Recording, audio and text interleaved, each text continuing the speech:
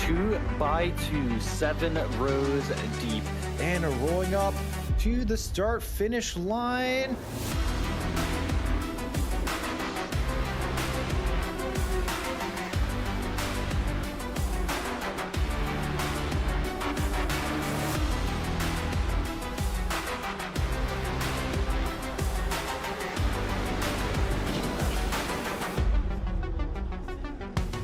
It looks like Asher going a little bit off track as the inside as they can. Saber making an amazing dive into turn one, and electroshocks off. Eggful gets the move, but MNU trying to take a move. Big contact from 5 different punches. Big incident with Snowdog, our leader. As we head into town row, it's a big crash. It's a big crash between the two title contenders.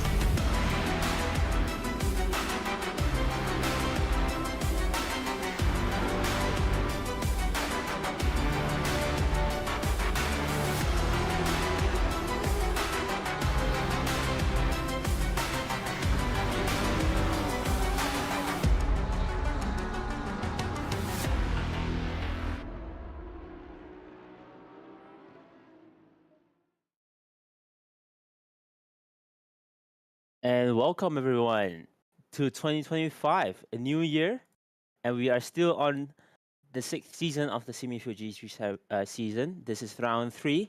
Welcome everyone. Joining me on the commentary booth is me, Newbie, and Suzuka as next to me, along with Denak as our broadcaster this week around. Hope everyone's having a good time. How are you, Suzuka? Yeah, I'm doing great myself, but I'm very excited to see these all our furry sim racers racing again for the first time in 2025. And I do want to let the chat know that I'm taking a backseat for a bit because I've actually been moving to a new location throughout within the New Year's, and I haven't got my fiber net fixed. And being in the mountains and the network is not that great, but I'm still here. I'm still here to yap about racing with Nick, and that's what matters. So as we wait for Yeah. the server to load up, it's gonna take its time a bit. So Nick, what are your thoughts? Well, I hope that you have a successful move, especially with everything involved. Moving definitely is very stressful. But yes, round 3, we're at Snetterton today. Not the most famous track amongst the drivers. Definitely has a lot of comments here and there. It's definitely a very awkward track to drive around. Snetterton though, very narrow, lots of corners you can see here on the track map shown right here. Not much overtaking spots. You might see some movements here in turn 2 at the hairpin. You might see some movements at the Bentley straight, at the back straight. But overall, a very awkward track to drive in. A very weird, a very hard track to overtake in. I think Suzuka, you have also driven here much as well. Do you like this track at all? Well, contrary to what the others think, I'm slowly starting to like this circuit. It's very old school. Yeah. Okay, Nick, go ahead. Yeah, no, it's all right. It is very old school, and it's very Am it I still is here? very narrow, very old school, and it is a little. Am I It is good? definitely a very narrow track to fight against with. We have driven here in the past, and it has definitely been a little bit of a struggle to get everything sorted out. But at the end of the day, so long as every driver keeps it clean on track, it should not be a problem. Yeah, indeed, Nick. And as I said before, my net interrupted me. These old school tracks are what I really like. You have not a lot of pavement runoff. It's more of grass around you. It's pretty narrow. That just makes for a great track to lap. But the others say that this might not be the great track for racing, but we'll see about that because our Simufur drivers are sure to be fierce coming around the circuit. They will go for battle. They will fight it out. That's what I think in this race. Yeah, definitely. It's one thing about Simufur Grid is that we never stop fighting, on track or off track. But to be fair, we will keep it very civil, and also we love each other so much that we try to keep it as civil as possible. At the end of the day, here, it's gonna be very fun. Right now, though, we have about 30 drivers on the grid.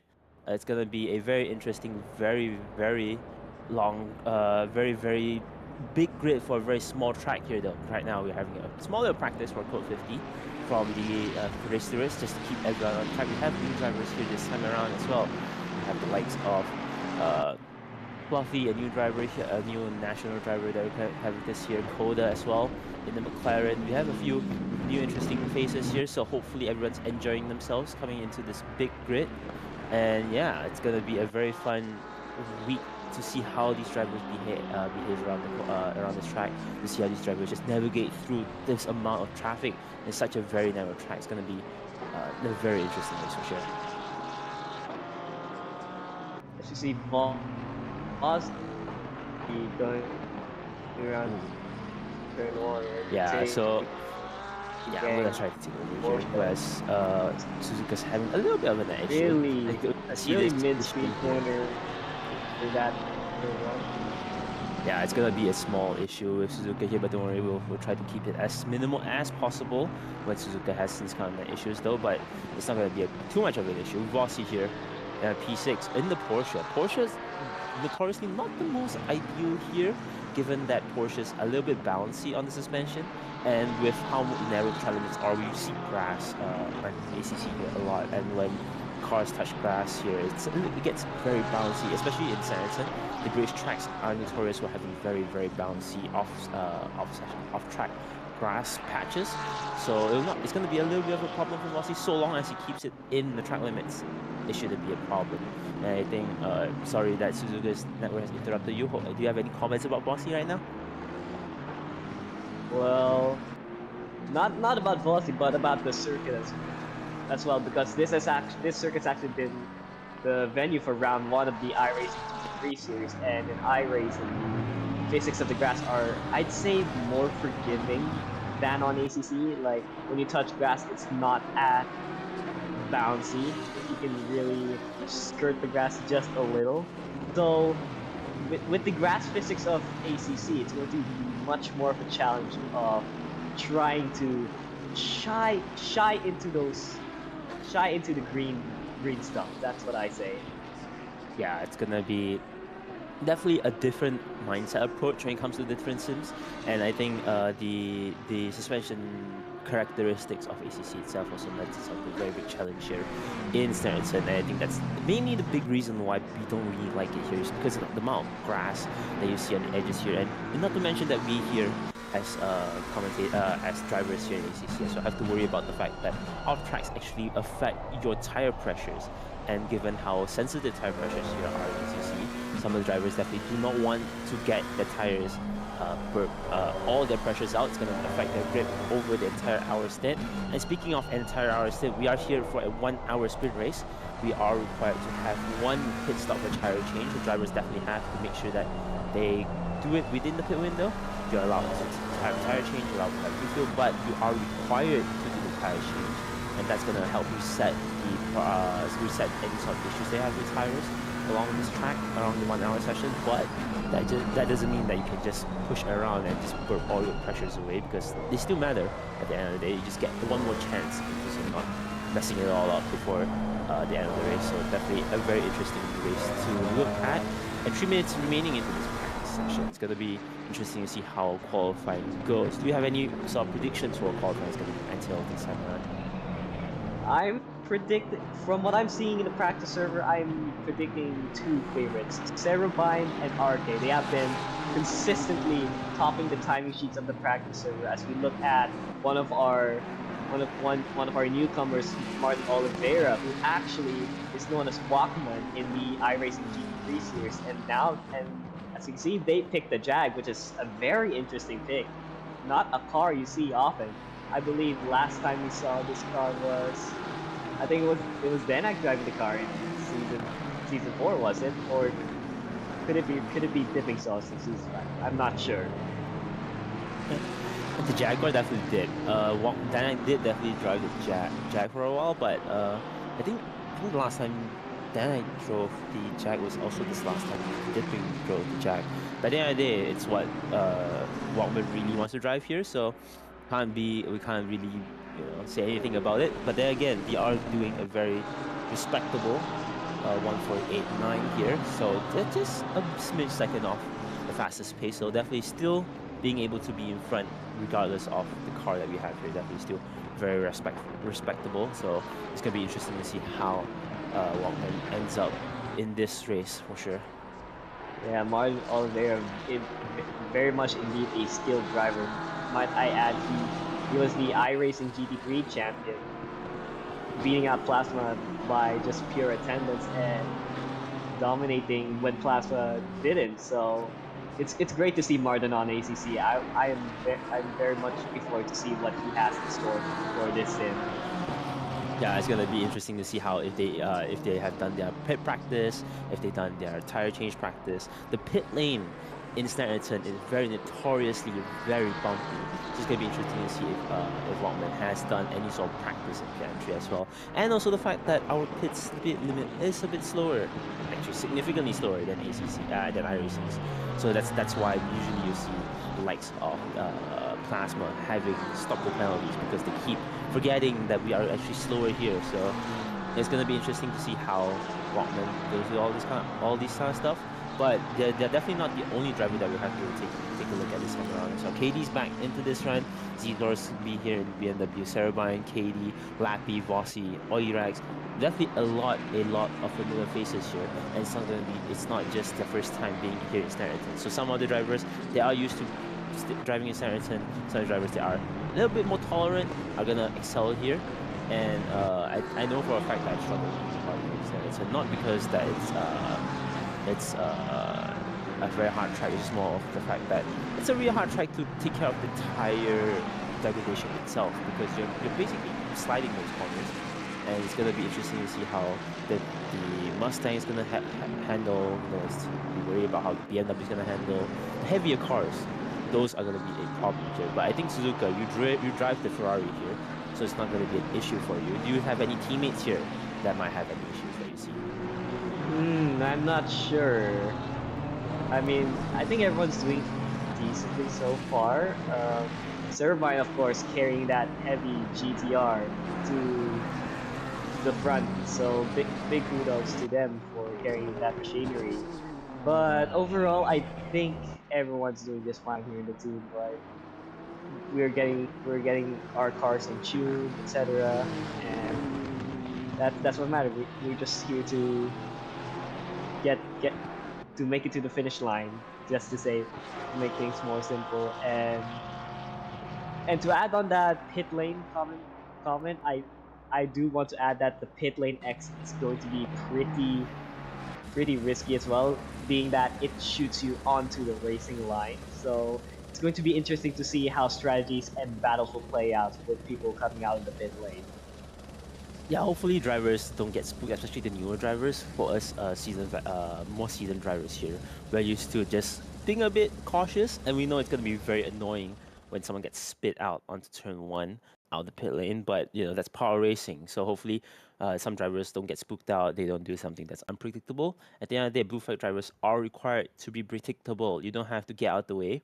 At the end of the day, blue flags are advisory. So it's gonna be interesting to see how drivers get used to all these sort of things as they get ready for qualifying this time around.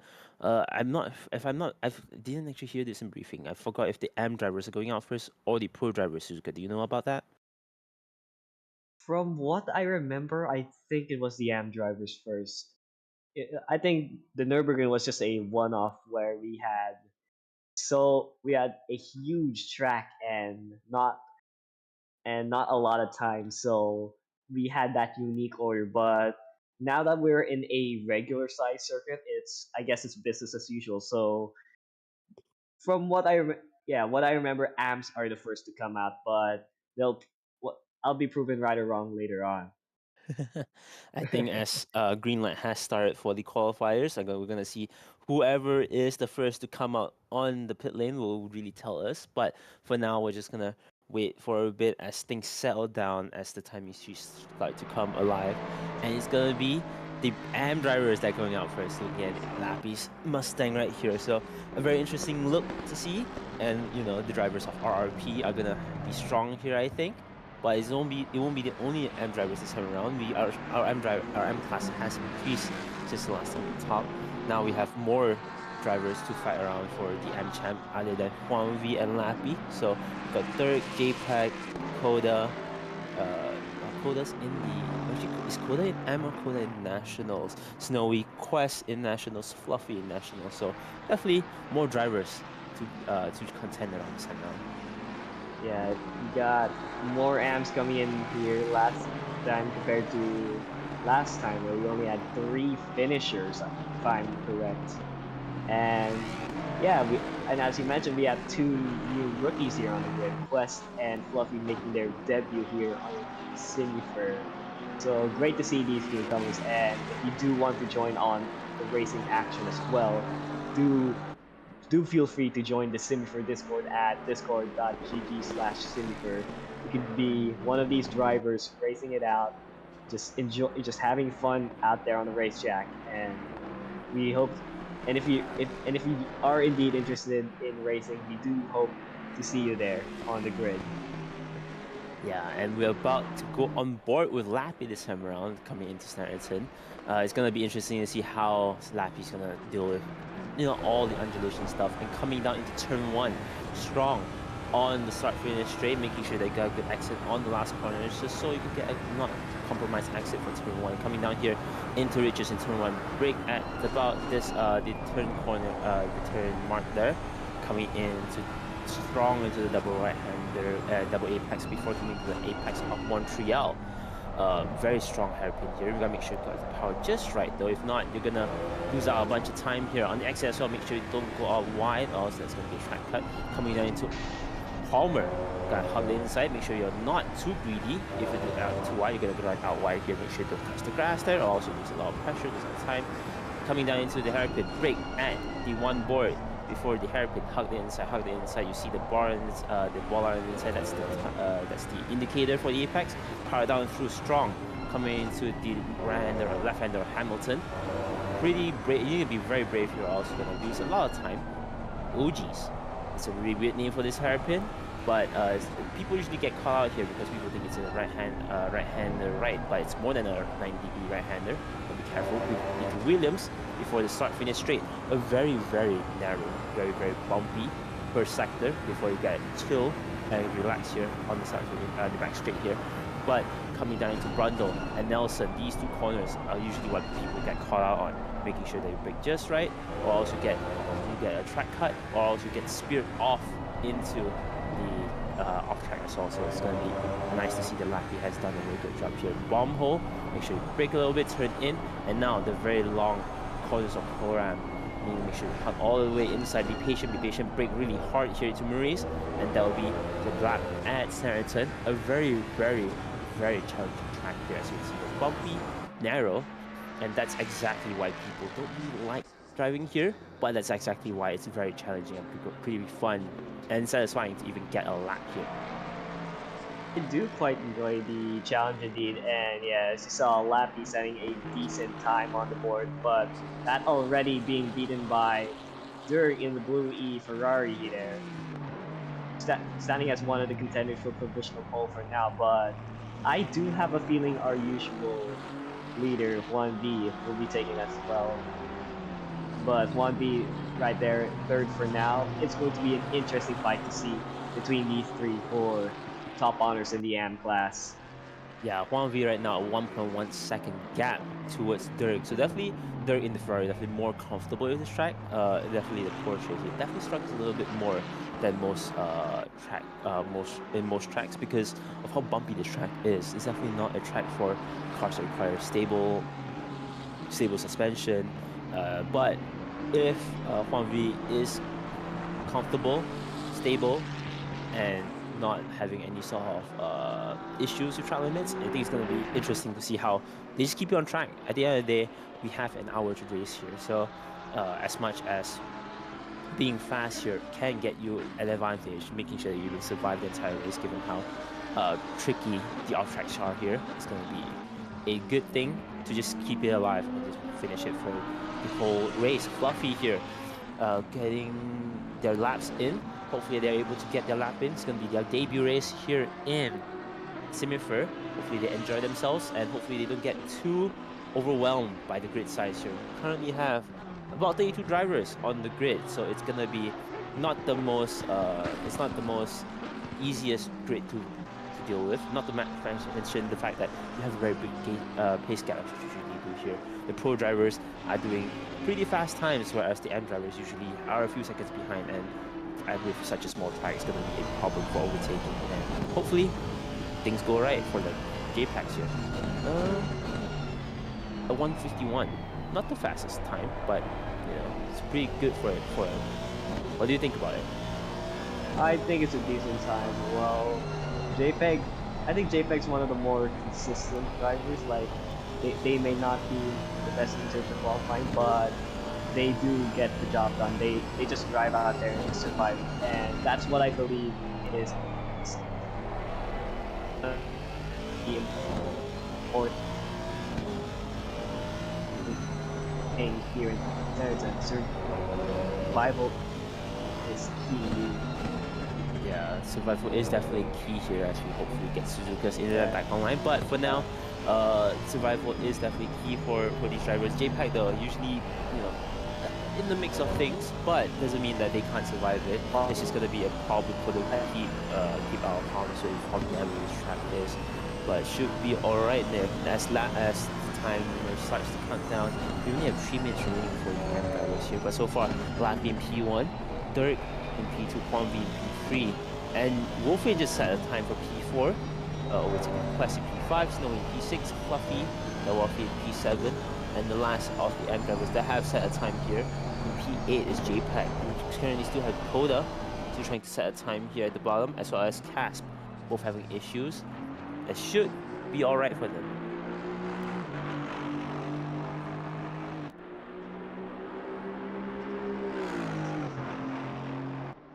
Yeah, it should be alright as things go alright. Sorry about that. We had to look into things, but for now, it's gonna be really fun to see the M drivers just keep it alive. As you see your drivers going off wide in the off-track sessions here. Not the most ideal thing to do, especially when the transition between the grass and the concrete very, very harsh. That's how you lose tire pressures, and drivers definitely do not want to lose tire pressure. Snowy though, I think is enough, has done enough laps here for qualifying, so definitely gonna park you out there. P4 very respectable for the driver here, G482. Questo taking the Bentley, coming to P3, pretty strong here, 149.5. About a second off third. Definitely the stronger driver here this weekend. Definitely the only driver here in the 488. Actually, no, the second driver in 488. The one behind them will be Lappy, 2/10 behind third right now. So interesting to see that the big cars, the Bentleys, the Mustangs, still catching up, being strong here against the Ferrari. So still nice that the BOP is treating them all right. So nice to see that everyone's still pushing it as hard as they could, but remember, they have to reel it in a little bit for the race, given that I see drivers keep pushing into track limits, and they do not want to do that in the race, given you get track limit warnings, you lose tire pressures, you become very unstable, and you're gonna have a very high risk of actually crashing out here. The off-tracks here are not kind, especially coming down into the first few sectors. Usually you'll see things happening at Hamilton. Drivers usually spear off into the runoff and usually having issues recovering. But if you keep it alive, be patient a little bit, hold your brakes. Especially drivers, remember to hold your brakes when you are having an incident. So it should be alright for these drivers here, as 20 seconds remain for these drivers. Who is getting times improving? Fluffy actually has a very big improvements here in their time. Currently 8/10 improvements compared to the previous lap. That has dropped out a little bit. Nope, that has still stayed alive. Where will Fluffy end up with that second of 5/10 improvement? That will get them P4. Pretty nice, 149.7 for the Hurricane right here. So pretty nice to see that the times that are set. But now it's the silver driver's turn to go out here. Let's see all the likes of Lepardio, Blade Wolf, Raph, and nice Timos here as well in the Aston Martin. It's going to be an interesting lap for all of them. The TGR car though, one of the teammates for Denak, our broadcaster this time around, in the very lovely red livery made by Denak himself. So it's going to be Nice to see the color, the grid just painted in the new TGR colors here as they race through Snetterton. So very fun, very nice to see everyone back online. And silver class, we're gonna see a very big pace difference, but will they be able to even fight for Dirk's Ferrari? That's gonna be interesting. Suzuka, how are you?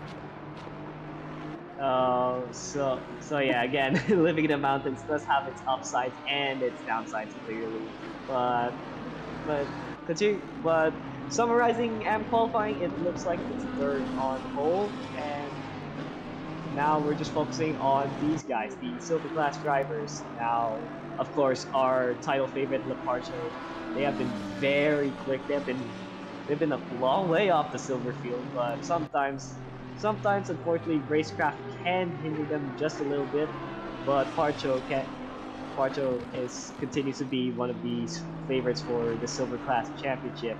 As we look over to Aras, while they might not be the fastest, they're surely one of the most consistent drivers out there. They do actually have IRL experience in Snetterton as well in track days. Not in the GT3, but I don't remember what car they have. It's a Suzuki or something. But yeah, I guess that track day experience could translate into the sim in that Lamborghini GT3, and RS right now is about to set a lap time. I think that was just an out lap that RS was on. Yeah, it's gonna be. Yeah, it's definitely the outlet for most of the drivers here. Definitely, still take some time to get their tire temperatures up. But if they do everything right, it should be a good lap for all of them. The only problem is, will they be able to keep it the beat lap Dirk's 148. The 148.4 is a very fast time even for the silver drivers. I'm not sure if they're able to get it beat that time, but it's going to be interesting to see that Dirk is going to be mixed within the silver class. That's going to be a problem for them in the race, given that they'll have silver drivers around them to contend with. If Dirk is just fighting for the overall leaderboard though, that's going to be fine, but the silver drivers might not appreciate it, given that they are all over in the middle of the pack that they want to fight with. I mean, if I were Dirk, I think I would simply settle with not really fighting them. But if they're too slow for me, of course I'll hold them up all I like. But I won't concede too much. That's what I think I should do if I were in the racing boots of Dirk. So yeah, it's going to be interesting to see how Dirk will translate this into the race once the qualifying grid is sorted and he finds himself in the middle of the silver class field. Yeah, it's gonna be interesting to say the least. But right now though, let's see. Ooh, the departure set as fast lap 148.1. That definitely shows you where the silver pace will be played with though. Not fast enough for Dirk with the 148.4, but Oras, a very blistering 147.6. Definitely a track that Oras, as you said here, very, very familiar with. But yeah, as the timing sheets start to show up, you can see the silver class starting to show their pace, and it's gonna, as we predicted, Dirk being in the middle of the silver class is gonna be a bit of a problem for them. And Sarah just had time with the 148. Sarah 148.8, Timo 148.7. So you need to set a time as well. Electroshock definitely with the timing boards are lighting up. Carmirs though, a very blistering 147.1. Definitely one of the faster drivers in the silver class, and hopefully they are able to just finish this race without incidents though. Ven in the BMW coming in right here. Will they be able to get a faster time? I think we'll see later. But for now, they invalidated their first lap. They're going to have another lap to go. And we have 5 minutes remaining for the silver class drivers. Don't forget, they're all on pretty chilly tires. I mean, it's pretty warmed up, but again, not the optimal temperatures or pressures that these drivers want. So slowly ramping up those temps and pressures for their second lap. I believe the second and third lap will be much faster for some of our drivers as we look up to Raph, who is driving the leggy too fast Mercedes out there. Pretty looking car as they exit into the back straight. And I believe they will be slowing down into Brundle and Nelson later on. As you see a lot of cars taking on the slipstream. It's quite a slipstream fest right there. You really need the toe for these high-speed sections, but you don't want the dirty air for the more technical sections of Snetterton. So it's a fine balance of the toe. And oh, that was Raph saving a snap oversteer. Nice save from the number 28 Mercedes. Yeah, it's definitely the reason why we say that the track here pretty bumpy on exits. And then, what time did they set? They set a very respectable 1.75. Not fast enough for the teammate though in the McLaren. So definitely really nice driving here with the BMW. So a pretty good drive because it's a very big car as well. So not the most as we say that Cummins just said 147.04. So definitely a very fast car for Cummins. Still in the Blue E livery. Actually, no, Cummins is driving for Blue E, not yet in a couple of things for this year. Well, I'm used to it. I'm sorry. yeah, Kamir's really setting blitzing lap times 4/10 ahead of Ven, the next fastest driver. So these guys have a lot of catching up to do. RS slightly edging on their personal best by 2/10 by the looks of it. So RS still in the hunt as well, but it looks like the grid has slightly settled just a bit for now. I don't think the track evolution's at its peak right now, so I don't think there's going to be much difference in terms of lap times unless someone really pushes it and someone just gets all of those corners perfectly. Yeah, it's definitely a track that you want to make sure that you get all corners perfect. The off tracks here are, as you see here, from what happened to Raph on bomb hole itself, very unforgiving, bumpy off tracks, very not even track surfaces as well, not just on the outside, on track itself as well. We have a lot of undulations and it's definitely not kind to the suspension. Sarah does a P7, pretty good lap time for them. Will they have a 4/10 improvement in 1 lap time? Will they get with that? That will be a 1:48.1, gets them to P6 overall on the grid itself. Pretty good. Faster, you know, right now in front of most of the AM drivers. So it's going to be interesting to see that they are done with their fight against the AM drivers. As long as they keep it in front of third, they will have no AM drivers to worry about, and they can focus on racing against the drivers in front of them. Timo though, P10. I don't think I've seen Timo on track have view, not sure, but for them right now at 1:48.7 with 5/10 improvement here, that's going to give them, they can propel them really far up the grid. That's going to be interesting to see where they go. The last few corners, will they be able to make the improvement stick? They will with a 6/10 improvement here. Close though. What position will they end up? That's going to give them a whopping good P7, just behind Sarah. So pretty close grid from Silver. So speaking of Dirk being in the middle of silver class field, I don't think Dirk is that deep into the silver class field. They're probably in the rear end quarter, but again, Dirk still has to take note of some drivers like electroshocks if they can't get a lap time back for Dirk. But yeah, Dirk has to consider some of the drivers here in silver. They might fight for position, so it's going to be, again, noting that it's going to be great interesting to see, note down how the strategy will go down for the AM drivers or silver drivers who find themselves in the middle of a field of different class cars. Electroshocks definitely trying to get away from it. The 4/10 improvement, that will definitely propel them in front of third, but how much further will they propel themselves in front of the silver class? So they will be in front of Timo. The shocking 1:48.1 in front of Timo. It's about 500s. They are having the same lap time with Sarah, both setting 1:48.152. So it's gonna be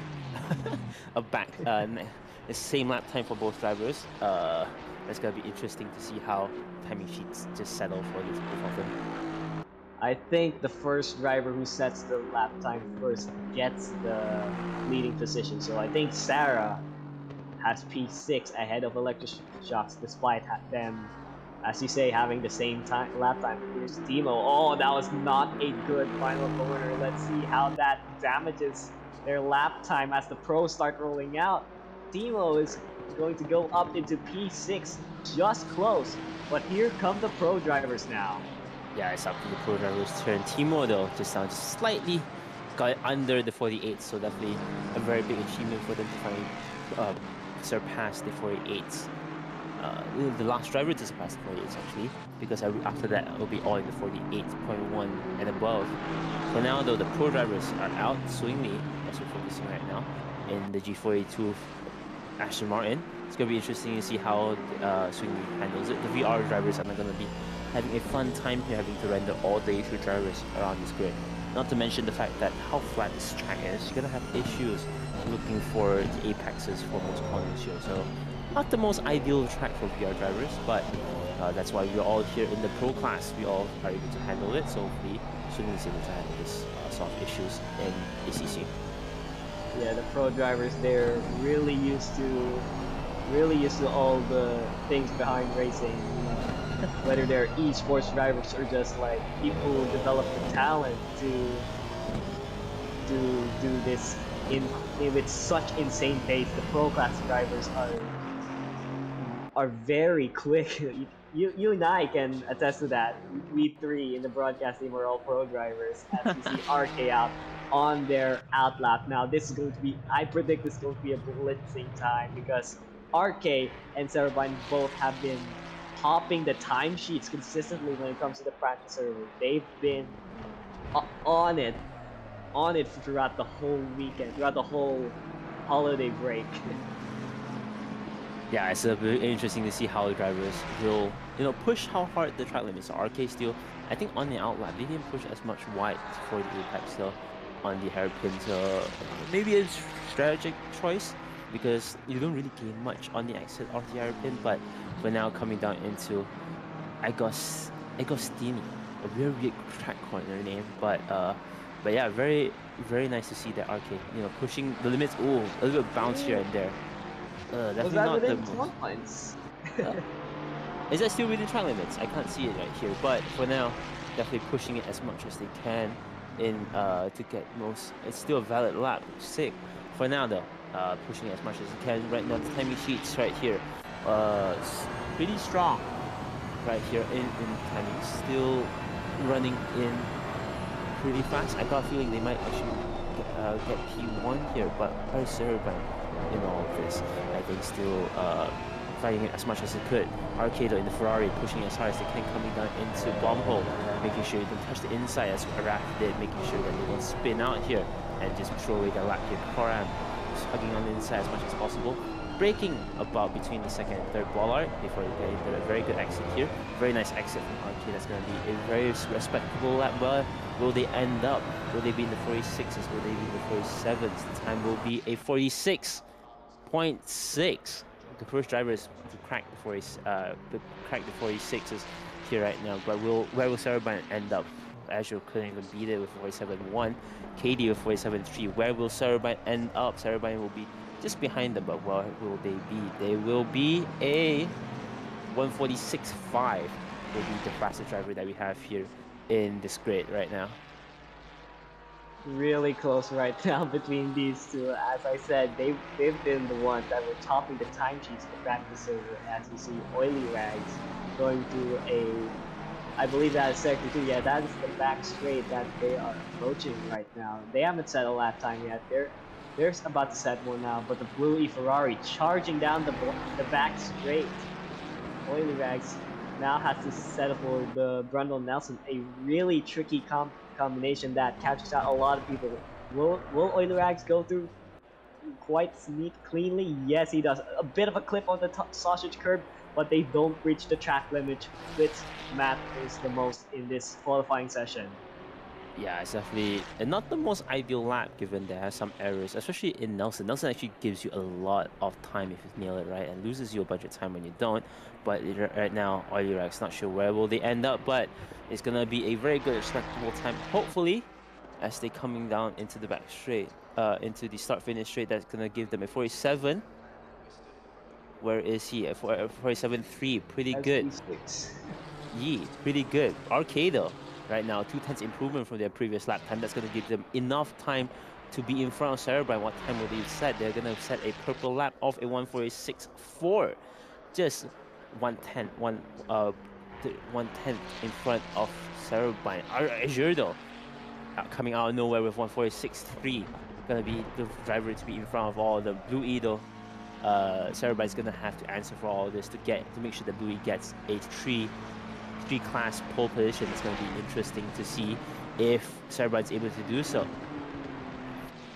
Now that you mentioned it, I did not think that would be possible, but here goes. Cerebrine is on an out lap right now. Dipping Sauce is on another lap right now. They're P13 at the moment. But look, I saw the build up Cerebrine. They were definitely on another cooldown lap to try and compose themselves for the next qualifying lap, because composure is another thing that matters in this qualifying session. You have to be calm and collected while you push the car in its limits, as we see Katie going as wide as they can while not breaking the confines of track limits.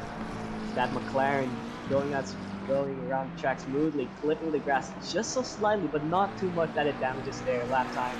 But Katie in respectable P5 right now, and actually quite close to their lap time. Unfortunately, they look like they're slowly bleeding out on their personal best right now.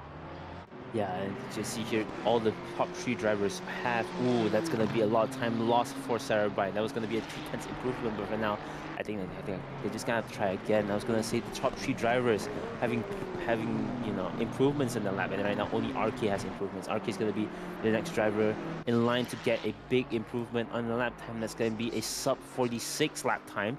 Looking at the predictions here, 45.9, the first drivers to breach the sub 46s, so definitely a lap that both Azure as well as Cerebrine have to answer in order to even get pole in this track. RK with a phenomenal lap time to put them on provisional pole, and Azure and Cerebrine so far not having anything to answer for now, but Azure slowly progressing their lap time to be faster and faster, and Cerebrine trying to get everything right to get that optimal lap time. It's going to be a very interesting fight for the overall qualifying standings. Yeah, but also the fact that Cerebrine driving an older car, the GTR, although fast, not really the most controllable car on the grid, but the BOP definitely is helping a lot here to make sure that they are able to stay competitive. But for now, it's going to be a very big struggle for Cerebrine, not because they have to improve the time, they have to improve almost 6/10 to even get anywhere close to RK with the sub 46s, and it's gonna be a very, very big challenge. Hopefully they're able to do it, but for now I think the main focus is to make sure they stay in front of Azure, just to make sure they can stay in front at the front row. Even though you can't be in P1, at least you'll be in the front row. That way you have a very good fight against pole position right here. I'm not sure if Oily is on a valid lap or not, but they look absolutely quick right there. Clipping Murray just a little bit. That Ferrari, that's not going to help the Ferrari any bit, but Oily Rags, I have a feeling that's a personal best. Is that a personal best? No, that was the 3/10 behind, unfortunately. But right now they're gonna have another go at all this. Unfortunately, they weren't able to do anything about it though. RK getting faster and faster. 145.8. It's a fast lap time. RK, please have mercy on these guys. Yeah. You're absolutely killing the field right now. But hey, Cerebrine looks like they might have a breakthrough though. Right now I see a bit of 4/10 improvement from their previous lap. That will give them P2 with a 146.0, just past the 46. So it's definitely more time to be had in order to be in front of RK. But for now, front row seats for the Nissan. So it's definitely an improvement from the rest of the grid. I don't think anyone is beating that phenomenal lap time. RK has just set the bomb on this qualifying session, and I don't think anyone has an answer for it. Azure and Cerebrine can get as close as they want, but RK, what a lap of the gods here in Snetterton. I think you got this in the bag. Yeah, they definitely do have it in the bag. Right now I see, looking at the best sectors between all of them, the one that Azure has to work on is sector 2, but other than that, both drivers, RK and Cerebrine, trading blows between Sector 1, Sector 2, and Sector 3. Actually, RK holds all the best sectors right now compared to the rest of the grid. All slightly a few hundreds here and there from all this, and that's how RK is in front of Cerebran, but both very respectable. Staying alive, I think Cerebran is going to call it for now, as qualifying is ending for the rest of the grid. But Taichi here in P12. 8/10 improvement through all this. Hopefully they get a respectable sub 46 lap time, a sub 47 lap time. Right now, still Valley coming down into all this. Azure though, gonna set the last improvements. This lap time. No, that's gonna be a 146.2, just barely. So pretty strong drive for Azure. Pretty strong drive for Katie as they cross the line here with a 146.9 finally in front of the silver drivers in P5, beating out Saber that's in P6 in the Mustang. Casidor still. Oh, out of nowhere, sets P4 with 146.8, so a very fast drive for the BMW over there though. Taichi sets being in front of everyone with a 146.4, so definitely a very nice improvement there from the Ferrari right there. And we're gonna have the rest of the grid starting to get their times in. The Porsche, Dipping Sauce coming to P11, as well as the Jaguar of Walkman in P13. Definitely not the car to be in here, but they have to settle for P13 for now, and hopefully get some improvements on track later this time around. I was about to say, if it weren't for that qualifying lap time of Taichi, we would have the big four teams in the front in the top four. We have RK, Cerebine, Azure, and Caesars. But of course, Taichi came in to spoil the party and stole P4 on his own, making the Tin Gang 1-4. I mean, there's still top 5 to handle with, but so it's going to be interesting to see how this grid handles it. Right now, the pace between P1 to P6 is about it's about a second gap. It's not as big, it's not as small as what we're used to. We're used to seeing a very big pace, very very tight pack from P1 to P10. So definitely, kind of shows that this track really not the most favorable amongst the drivers, and can see that from the pace gap itself. P1 all the way to last is about 5 seconds between all of them. It's going to be interesting to see how drivers just sort themselves out in the race start in any sort of track conditions, or just getting away from traffic. It's going to be a problematic traffic situation here in Snetterton with how narrow things are, and hopefully no incidents this time around. Yeah, that's for sure. Snetterton's going to be a massive challenge for qualifying. It will be an even more massive challenge when it comes to the race. It's going to be 1 hour of both tire management and not pushing the car too hard that you go off and into the grass, and just traffic management and trying to overtake more slower cars throughout the field, because this track is really narrow, as you said before. It's going to be a really huge challenge. If you think qualifying is tough, you should see the race. Yeah, with how big the grid is, with more than 30 drivers here on the grid, it's gonna be a pretty busy pit lane. I think some of the drivers gonna share pit lanes, pit boxes with other drivers. So hopefully it won't be as chaotic as some tracks are, given how bumpy this pit exit is. Hopefully no drivers spin out on pit exit, so it's gonna be a problem for most drivers. They gotta make sure that they stay on the left side before they cut in on the pit entry. You can't just stay on the right side on the slow lane for this track, because it's just going to bounce around. It's not going to be ideal for the drivers here. But as we start to slowly get ourselves situated into the grid, as we slowly get our strategies from the drivers, it's going to be a very, very, very busy grid. And hopefully all drivers are able to go in later. We have the likes of Arcane. Let's recap what we had just then. Arcane P1 with blistering 145.8. Cerebine with a 146.0. Azure behind them with 146.2. Taichi with a 146.4. Zizors with a 146.8. And KD 146.9. Also another 146.9 behind them is Saber. And it's going to be the first 7 of the pro drivers here in Snetterton, and it's going to be interesting to see how these drivers get themselves prepared. You need to remember to load your setups ready, and make sure they are adjusted to the current track temperatures. You gotta make sure you put your fuel in, as well as your pit strategy. You gotta make sure that you set your tire pressures and everything ready for the race. And Hopefully no issues there whatsoever. There's usually some sort of drama. Sometimes drivers just forget to put stuff in, and we're gonna go in for the grid walk here. RK first, as you said just then, in the Ferrari for TGR. Second place here is Sarabine in Nissan for Blue E Racing. Now P3 the RRP for Azure Goat in the McLaren, followed by TGR Taichi in the Ferrari itself. Zizors in the BMW in the first the first front engine car on the grid. Katie for TGR as well in the McLaren Sabre in P7, the first American Mustang on the grid, followed by Ramirez in P8 for Blue E in the McLaren. P9 Aras, finally a good time for them in the Huracan, and behind them Early Rex in P10 for Blue E as well. Dip in the second Ford Mustang for Blue E in P11. Ven, a second Cabal driver here in the BMW, following their team leader in P4 in the BMW.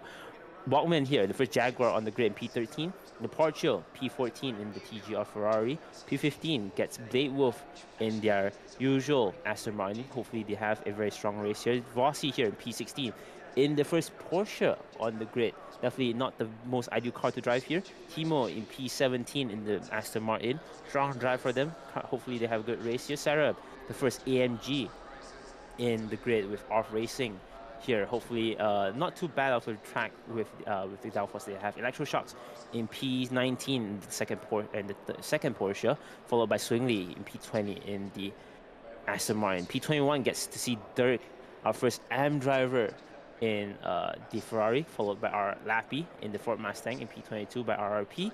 Raf in the second AMG on the grid in P23, followed by Kvyat in P24 in the S-Cargo Aston Martin, followed by P25 Quest in the Bentley, a pretty strong drive for them as the debut, followed by Wolfman in P26. It's a struggle, man. In the BMW, Fluffy behind them, the debut race in the Huracan. For driver here, followed by Snowy in P28, 10 seconds remaining. We'll see Juan V in P29 in the Porsche. JPAC here in P30 in the Aston Martin. P31, we'll see Coda in the McLaren, and P32, finishing them all will be Casp in the Blue E car. So very strong grid here, 32 cars. We still have some grid places at the back, so thankfully we didn't finish all the grid places, but we're going to start our formation lap here. RK leading the pack.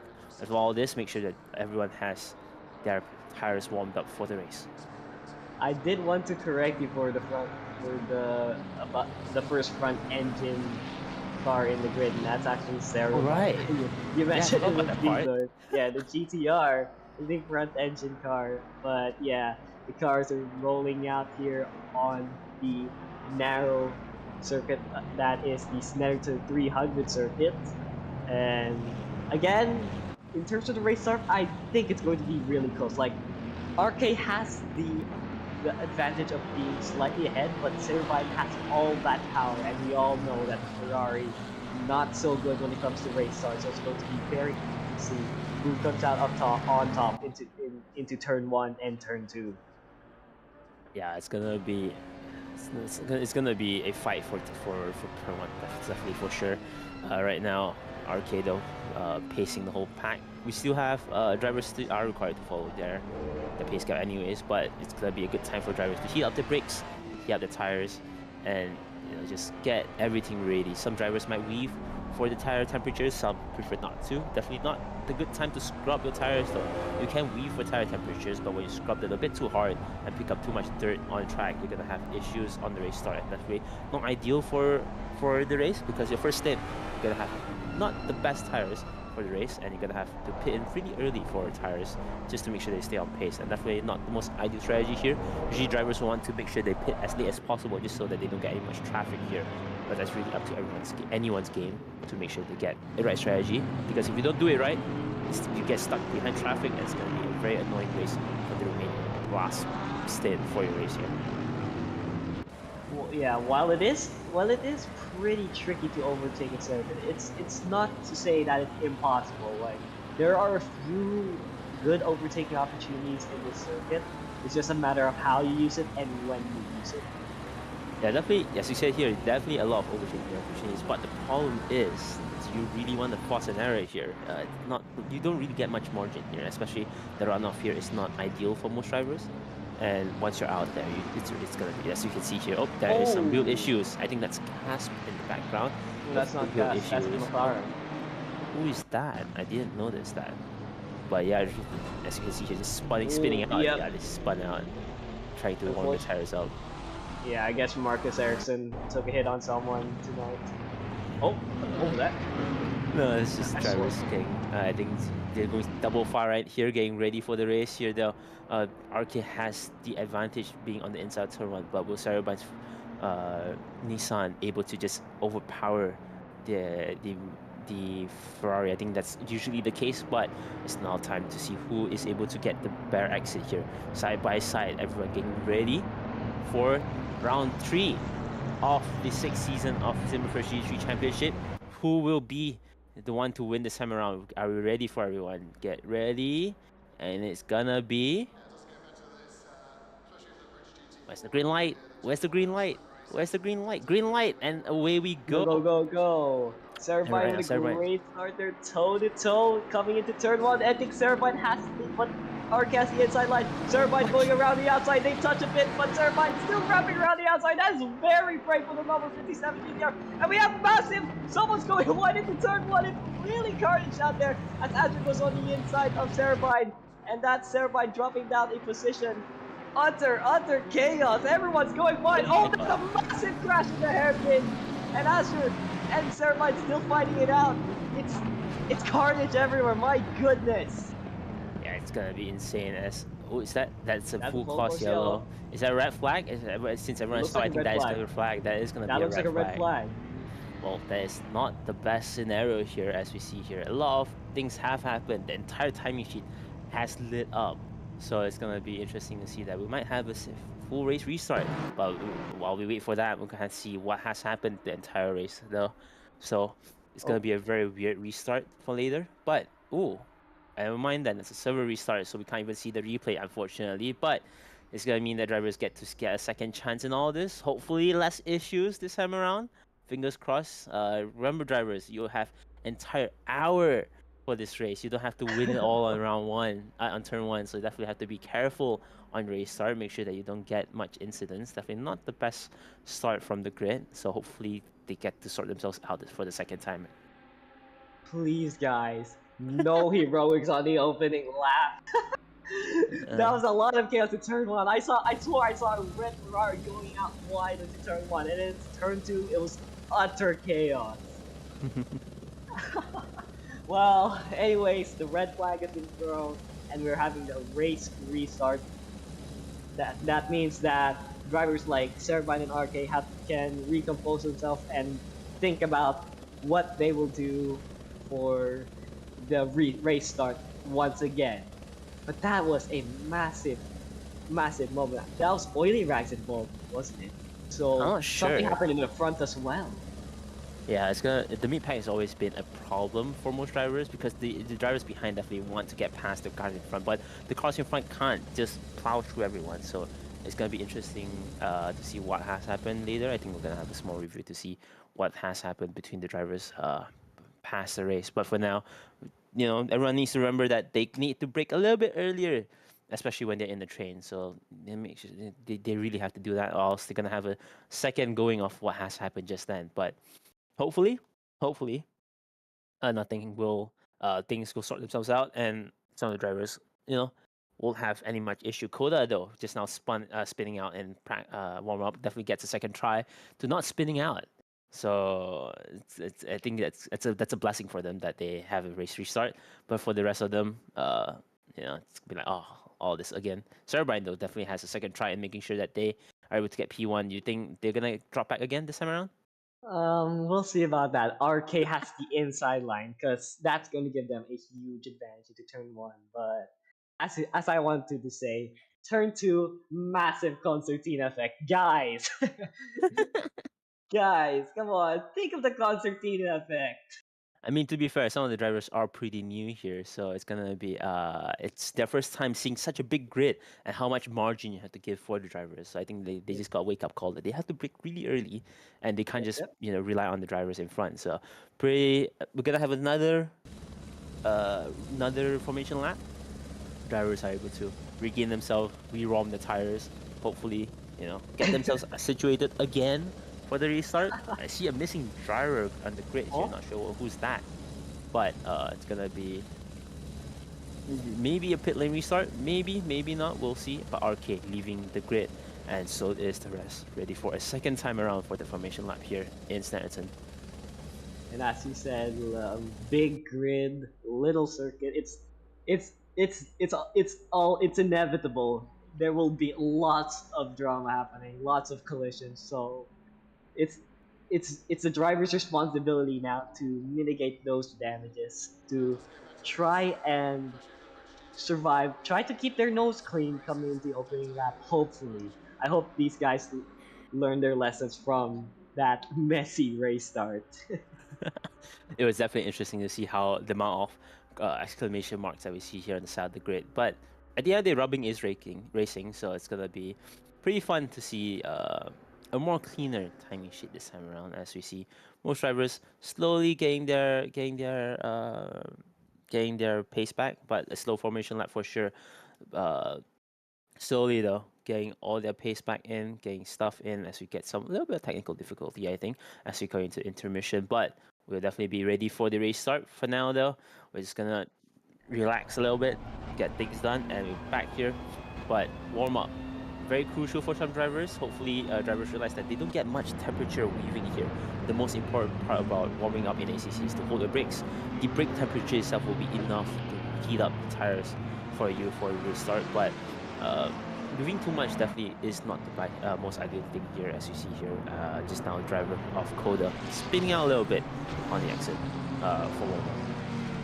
Yeah, a lot of people do tend to underestimate how useful the brakes are when it comes to temperature, bringing the tires up to temperature. Like, it helps a lot, especially on ACC. You really want to drag those brakes to get warmth on the tires, but be careful as to not overheating the brakes unless you want those brakes to be glazed and you don't have much braking power to get to bite into those calipers into braking zones. And so it's a fine balance of using the brakes, using the car's body weight when it comes to generating tire temperatures.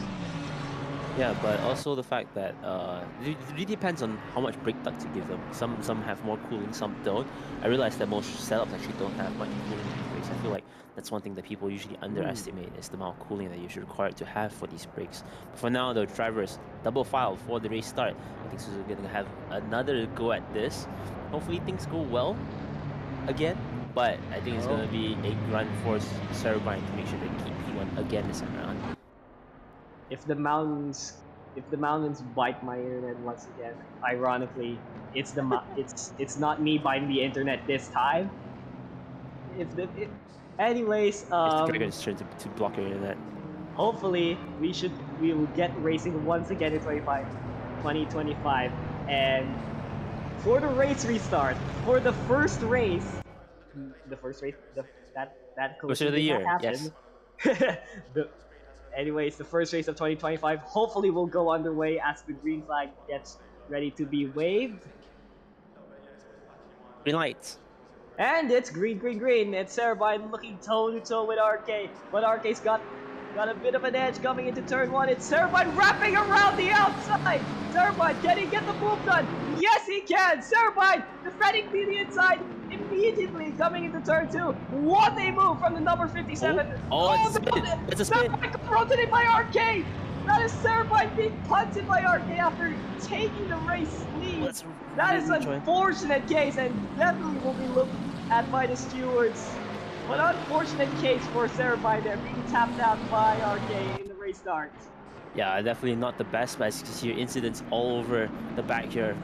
Cerebine's going to have a big struggle to stay alive here and make sure that everything goes well. Taichi, though, capitalizes from all this, gets into P2. Zizor still very strong defense strong from Azure, but as you can see here, definitely not the most fun grid to stay alive in though, as drivers start to just shuffle themselves out here and there as we get a lot of incidents here and there. RS just getting falling behind all the way to P7, definitely not the most fun track to race around here as drivers just shuffling here and there, happening all around the grid here as drivers just try to settle themselves out for the entire grid, but slowly and surely everything is settled down. RK though, stretching their arms already very, very far in front. The gap already 2.6 against Taichi. Both TGR cars going to be a TGR 1-2 defending fourth positions as the rest of the grid slowly gets ready for a very strong race here.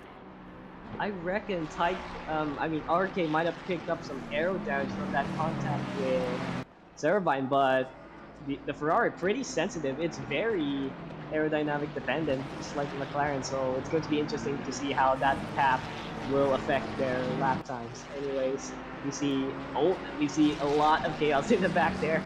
We might want to look into that mid pack. That is a huge kerfuffle of cars going on here. We have 3 wide. No way. We have Saber in front. Oh my god. Oh my goodness. There is no way. There's Partial going wide. Oh my goodness. Guys, please. It's only the first few minutes of the race.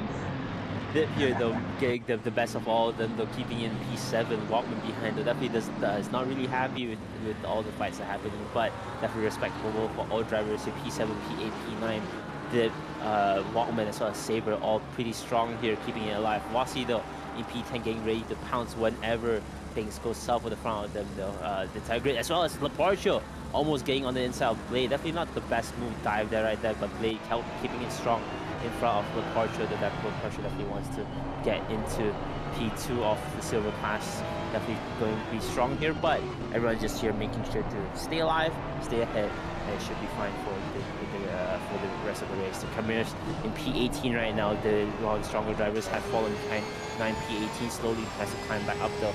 Lappy has actually seen here. Lappy has actually been in front of third in the AM class, so not sure what has happened with third. We have to start for Lappy to get advantage of all that, stays in front of all the chaos.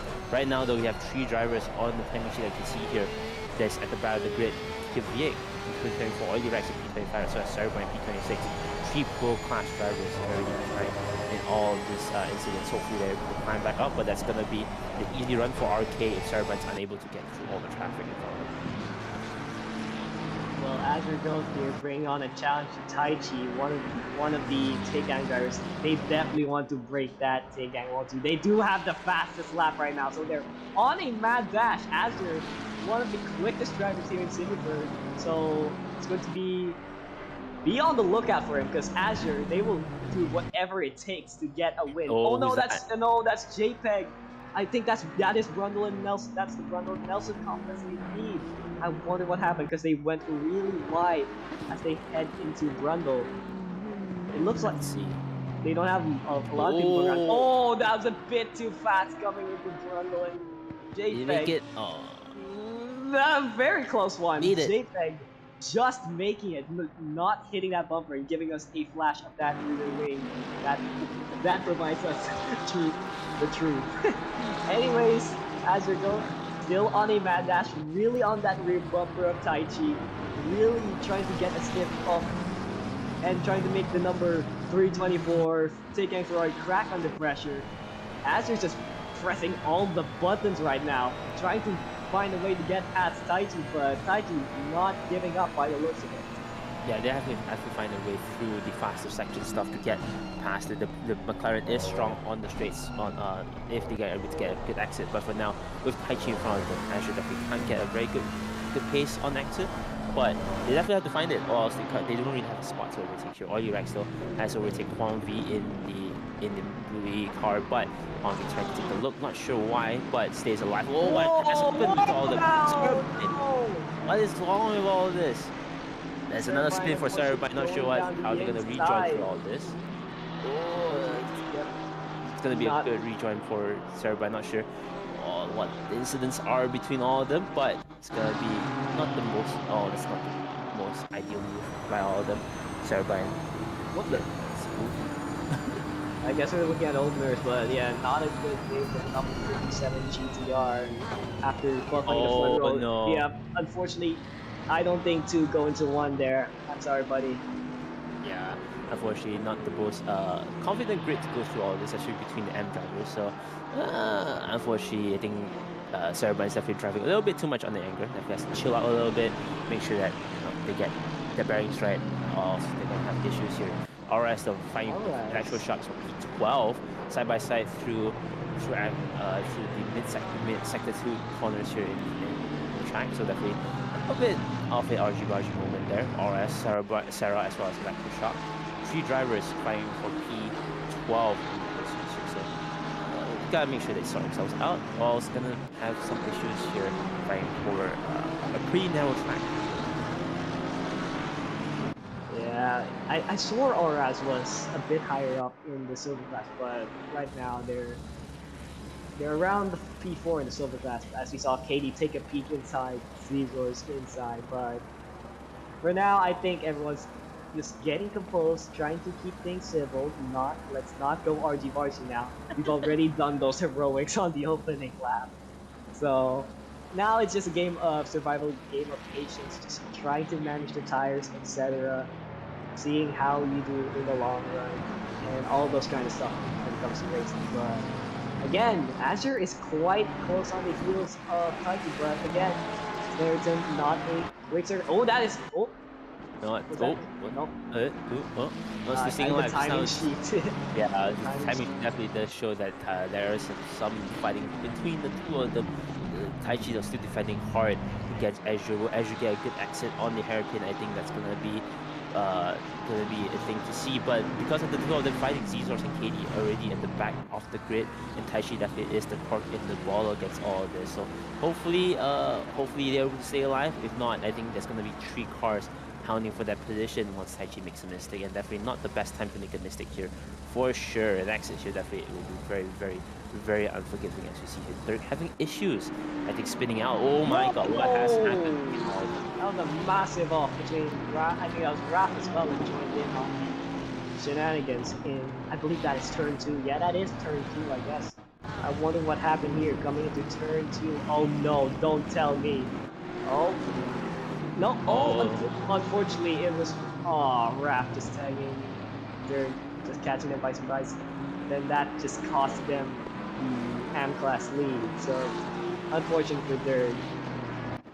Yeah, I think that they were trying to get someone else by as well, given that they were trying to get, give Oirax the position when they were fighting. Unfortunately, not the best time to do it. Raph just saw the machine and just went for it.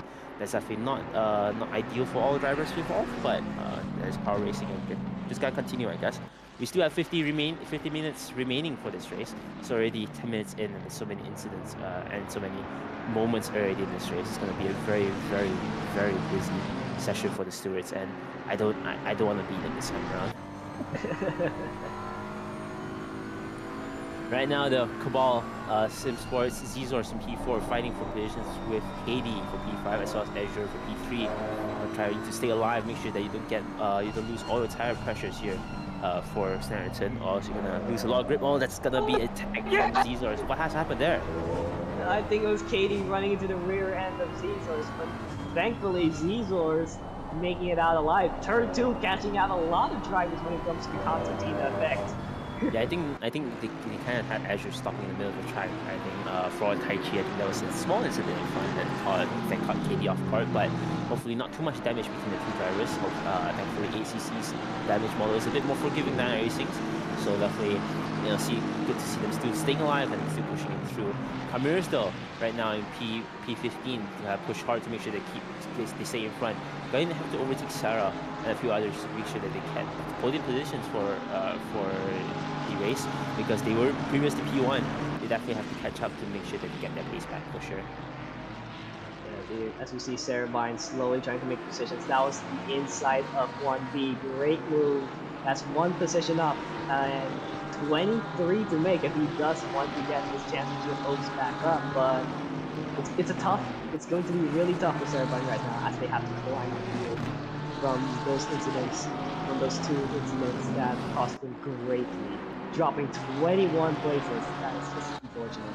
Yeah, 21 places plus any sort of time loss from spinning out as well. So not the most ideal. Kvyat here, the P21 trying to get an overtake on Lappy. Not there just yet, but soon enough if the pace is right. The Mustang, the strong on power, is definitely gonna be annoying for the Aston Martin to overtake. But if they play their cards right, they might get a good exit on turn 2, maybe a good exit on turn 1, and just get a good braking dive on the hairpin. Disrespectful enough, stay alive, but Lappy here a little bit wide on exit for Murray, so it'd be a good exit here. No, not really. The Mustang's gonna have a good run here, so it's gonna be a very annoying run for Kvyat trying to climb their way back up against the traffic here.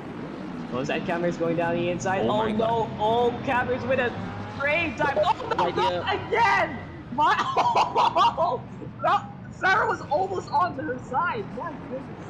What is with turn 2 and everybody? I mean, turn 2 has notoriously been a very big incident place for most of them. I've had incidents at turn 2 as well, so definitely will catch a lot of drivers off guard. Hairpins are not really a common thing in racing, so drivers sometimes want to get a good exit, sometimes forget that they can't just push it really, really hard, and then unfortunately that's just going to be cameras getting caught out through all of this, and yeah, we have to fight for positions again. But this time around, Cerebine behind them definitely wants to get by them as soon as possible. So we'll see how things go out between the teammates. But I think that they definitely have the best interest to just get Cerebine past them and continue on with their race, and hopefully use Cerebine as their reference for a few laps. Again, this is the great. Oh my god. Oh, that is Taichi with a snap over. So that is going to open an opportunity for Azure Goat. Will it? Not quite. And Azure is still staying on the rear end of Taichi.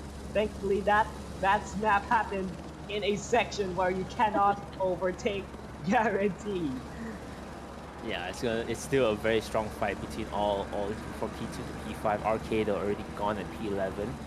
11 seconds ahead of all of them P1. So it's gonna be a very easy stroll for Arcade, because Cerebine is definitely having a very big struggle. They're trying to catch up to the rest of the way.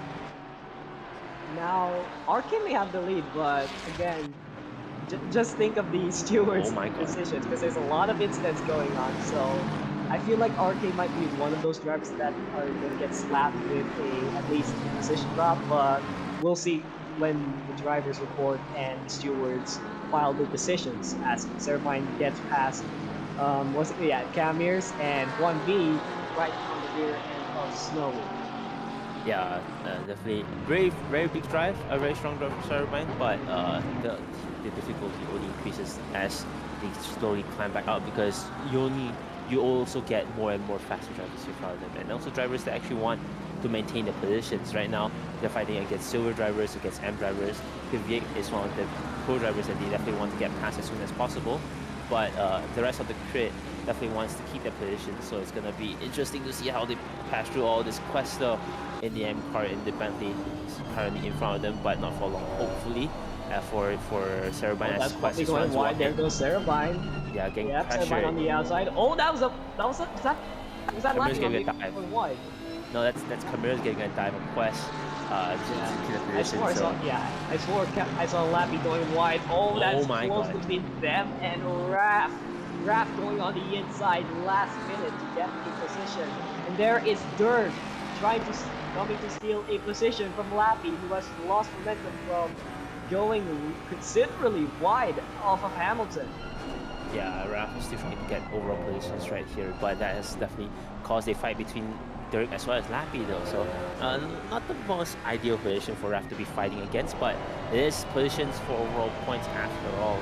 Not really points, but overall leaderboards for the whole thing, so definitely not ideal to see Raph down here, but it's gonna be a fight that they definitely want to make sure they either not be in the middle of, just so they can slowly get through it. But right now, definitely Lappy and Dirk being held up by Raph. Hopefully Raph is able to catch up and just get themselves sorted out. Now Oily Rags right here holding off Timo as we see a replay between these two. That is just I think that was a dive from Oily Rags. That was a great move from the number 83 Blue Ferrari as we look over to Oily Rags still. Yep, Oily Rags is guaranteed ahead of Timo.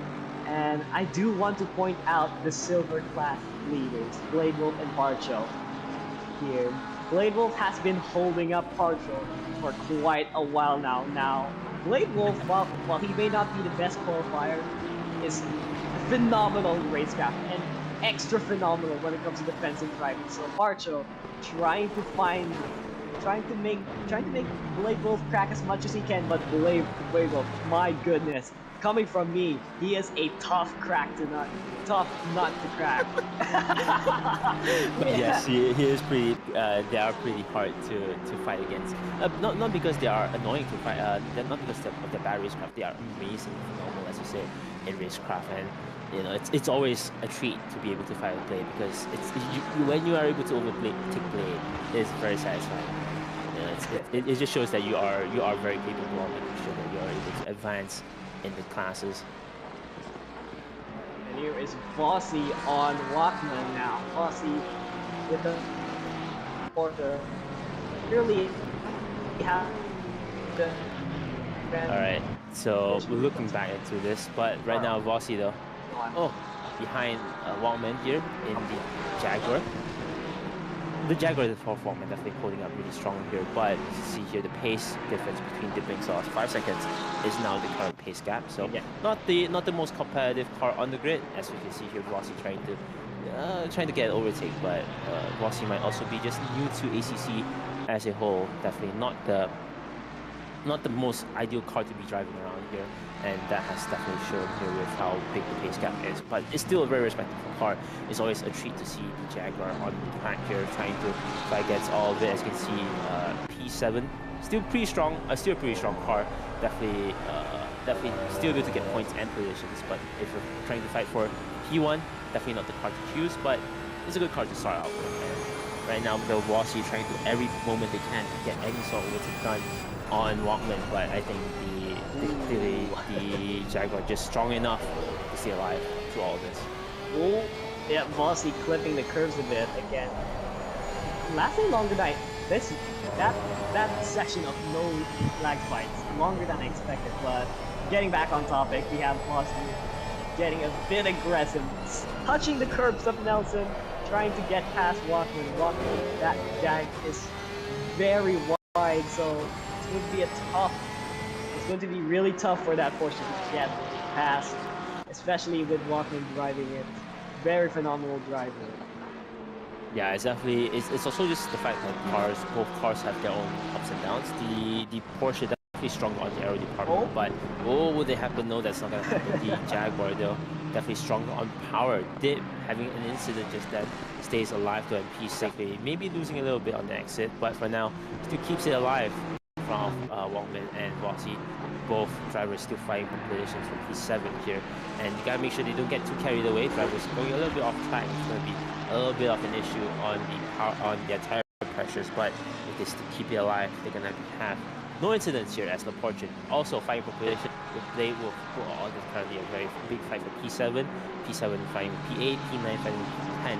And it's gonna be interesting to see how these drivers prevail through all of this. Right now, the biggest gainer on track is Bossy. Oh, that's happened here. Bossy going really wide. I wonder what happened with Bossy because there's Marshall going on the inside of their teammate. That is very great, but Bossy sticking out on the outside. Unfortunately, those two have ruined that silver class lead fight and gave Blade Wolf quite a gap. Anyways, looking back at the replay, let's see what happened between Bossy and Walkman as they head off. I forgot what that corner is, but I know the next corner. It's Hamilton, that left-hander. Let's see what happened between the Jag and the Porsche. It'll be alright. That's a dive. That is a dive. Oh, that's tap on the back. No. But Bossy though keeps it respectful and makes sure that they don't make an overtake. But definitely a mistake that actually cost them a little bit of a position, but hopefully not too much. The window has opened for the grid, so drivers that really want their repairs done, get the tire changed, now's the time to get into the pits and have their repairs done. But for now, it's going to be a pit window open for 20 minutes. Zizor's staying alive in P4 with KD. Right now, still fighting against them for P4. So pretty strong drive for all of them. The positions have actually settled down a little bit. So now's the time to change things up with a little bit of pit stop, get the tire change, repairs done, and some drivers might get their pace back with a new tire, set of tires. Oh, whoa! Oh no, that Oh is my one! God. Spinning out, saving the car just almost as he hit the barriers. That was a close call from Walkman going wide. That Jag lost the rear end. Thankfully, he saved it quite nicely and avoided avoided barrier. Yeah, definitely. As you see here, the exits of the curbs very, very unforgiving, and that's definitely have shown. Right now, though, that just means that Vossi doesn't have much of a driver to fight against now, other than the likes of Blade Wolf or P7. So will Blade be able to let them bite, or will Blade actually defend for this position? I think it's up to Blade to decide. For now, though, Vossi's gonna have a go on inside, maybe, maybe not. That's not there yet, but right now, Leparcho's pounding in on it just in case it happens, because they definitely don't want to lose out on the fact that Blade might just let Leparcho by. That's going to be a problem for Blade to handle in the next coming few minutes. Saber's definitely joining in on that party as well. They almost got close as Parcho had to slow down for both Bossy and Blade Wolf. Anyways, it looks like I don't think Blade Wolf is going to give up the position. Blade Wolf is going to use Bossy as a human shield to keep Parcho at bay. So I guess team strategies have to go. I guess team strategies will have to play within the Zig Gang pitfall. Oh, was that on the side? Oh, if Parcho wants to get past Blade Wolf, if Bossy can temporarily concede. I don't know. Is that Fluffy? That was Fluffy. No, that was I swore it was a McLaren. Yeah. But it doesn't matter for now. Hopefully they are okay. But I think that these drivers are just trying to get the pit lane, trying to get the tires changed, maybe get the strategies sorted out here and there. But I think some drivers are just getting spooked by blue flags. This is the moment where it's kind of hopefully start to show blue flags, I think. But for now, strong grid fighting for P7. I see this fact that the Porsche is on the back of Vossi. Vossi actually might appreciate a little bit of push from the Porsche just so they could get overtaken and label done. But I think that's between the drivers of the Porsche and Vossi. That's gonna be what you call it, a negotiation that to do with between the two of them. Yeah, as Blade Wolf continues to hound on the racetrack, that is Fluffy. I think that's Fluffy. Yeah, Fluffy Fluffy. letting by the blue flags. Great sportsmanship from them, knowing that this is not their battle. Cause look at that battle. That's really you don't want to be in the middle of that mess, don't you? Yeah, you definitely want to file yourself out at the back of it all. Or also gonna get some choice of words from the drivers at the end of the race. Not true malice though. It's gonna be a very frustrating race for some of the drivers. So it's gonna be a very, very interesting fight for P7. I think we're gonna have most of our action right here because things could happen. But who's that coming into the pit lane? That's gonna be I think that's a Ferrari. cascading into the pit lane. E9 and number 9. I think that is Casp in number 9 coming into the pit lane. Right, that is, and drivers are starting to get into the pit lane. Carrying the pit lane, and drivers definitely want to pit in first because that happened there. That was Parcho. I think that was Parcho having a better run. Parcho with the overrun throughout their teammate. My goodness, what a move between the two Ziggang cars. No wait, they're still fighting. No, Parcho goes to the inside. Parcho goes ahead. Oh, but Blade goes wide. Goes wide. That's not going to be good for. That's not going to be good for the number 142 RRB as Parcho puts down the power and tries to get past as much as he can. But for now, Blade Wolf still holding on by a thread, still leading this Snetterton Express. Yeah, I think Blake got caught out by the action behind them and kind of forgot to brake, and Leparcho still pushing it very, very hard. I think that's gonna be a strong contender to see. Having a bad exit by the Aston Martin, but the Ferrari holding it strong. Really, really nice to see both of them still fighting.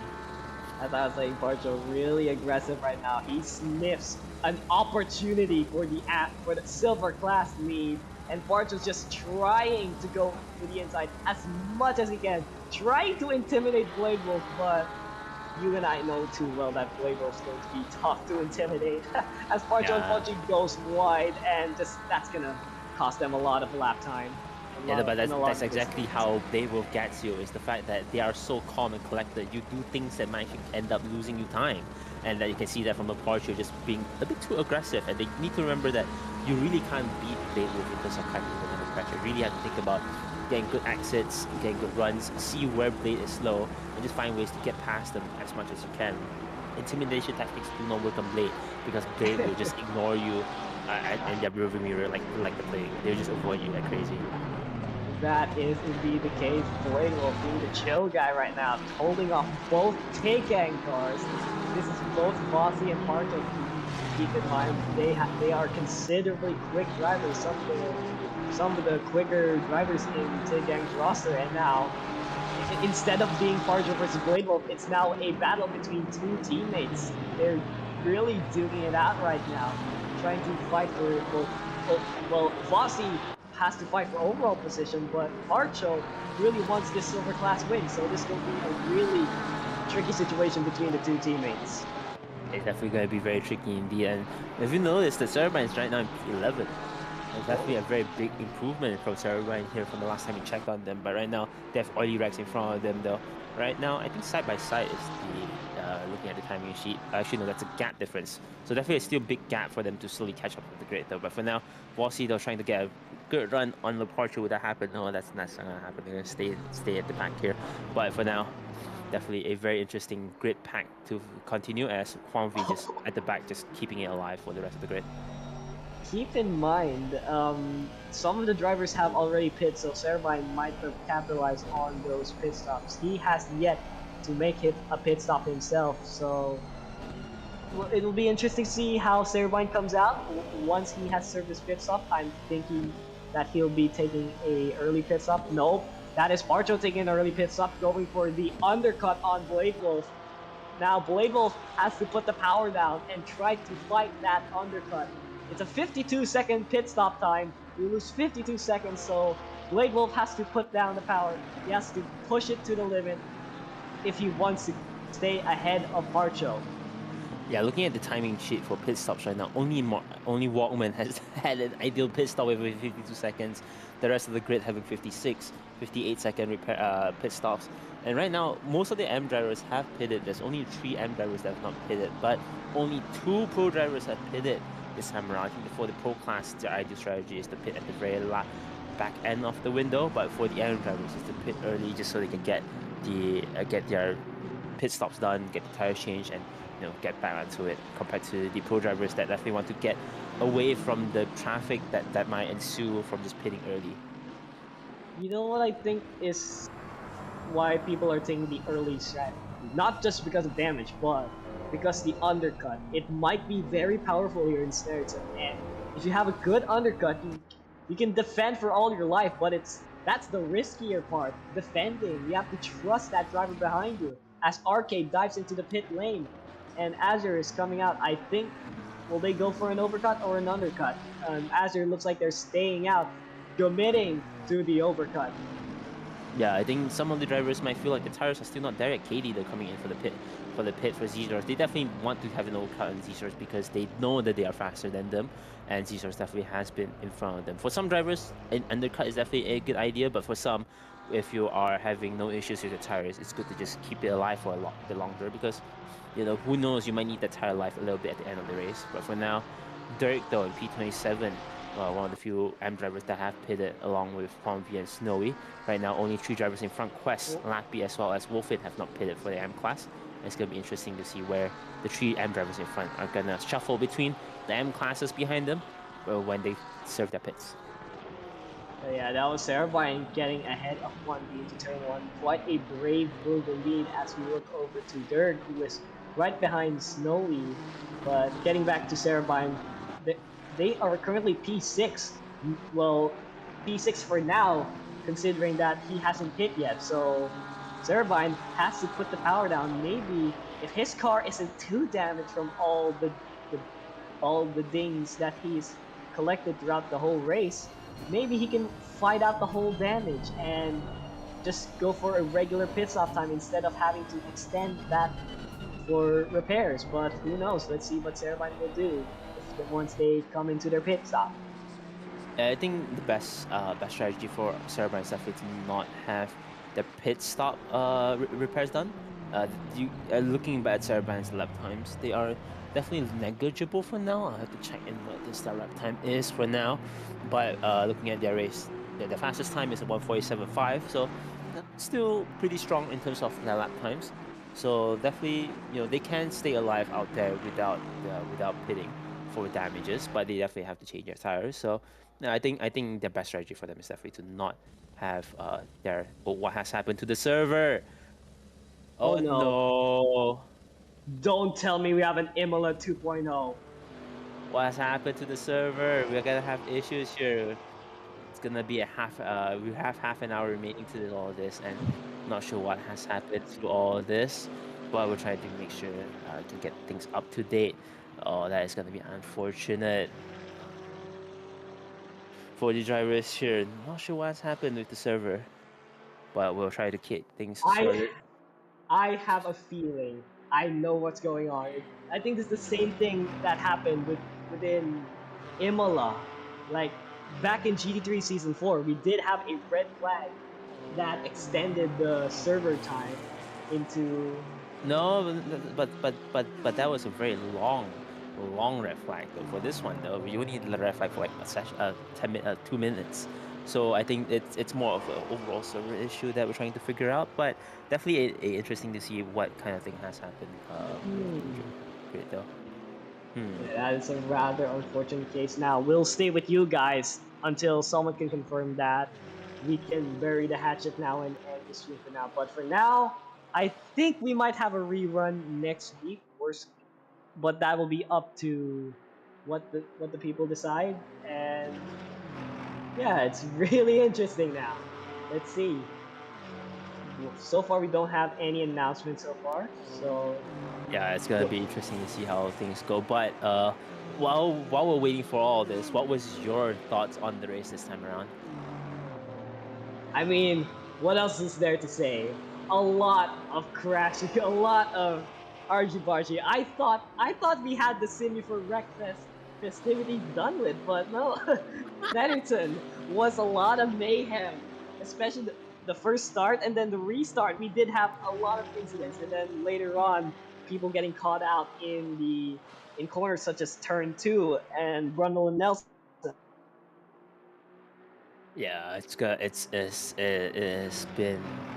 has definitely been a very eventful track. To be fair, we kind of see this coming from a very narrow track. Snetterton has always been historically really incident filled, not because of the fact that drivers can't race clean here. It's just a very narrow track.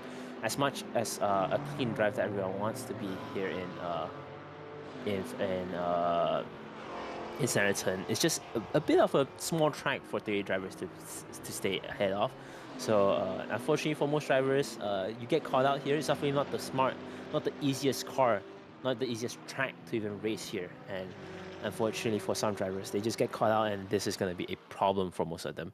For now, though, we're all just not sure what's going to happen. We're just going to keep it alive until discussions are going to be finishing. So we'll keep you updated. But for now, look at this amazing livery for Simufur. Actually done by, I think this livery was done by Cerebrine, was it not? Suzuka.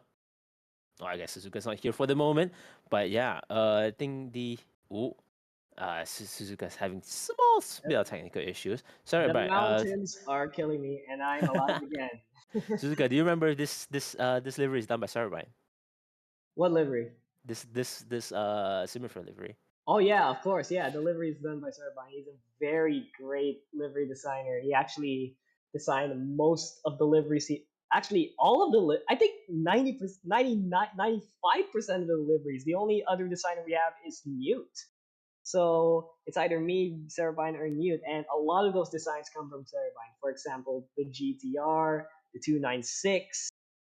I think the McLaren was Newt's design, and yeah, a lot of interesting designs here in Blue E. So yeah, Cerebine again, as you said, Cerebine, great designer of liveries.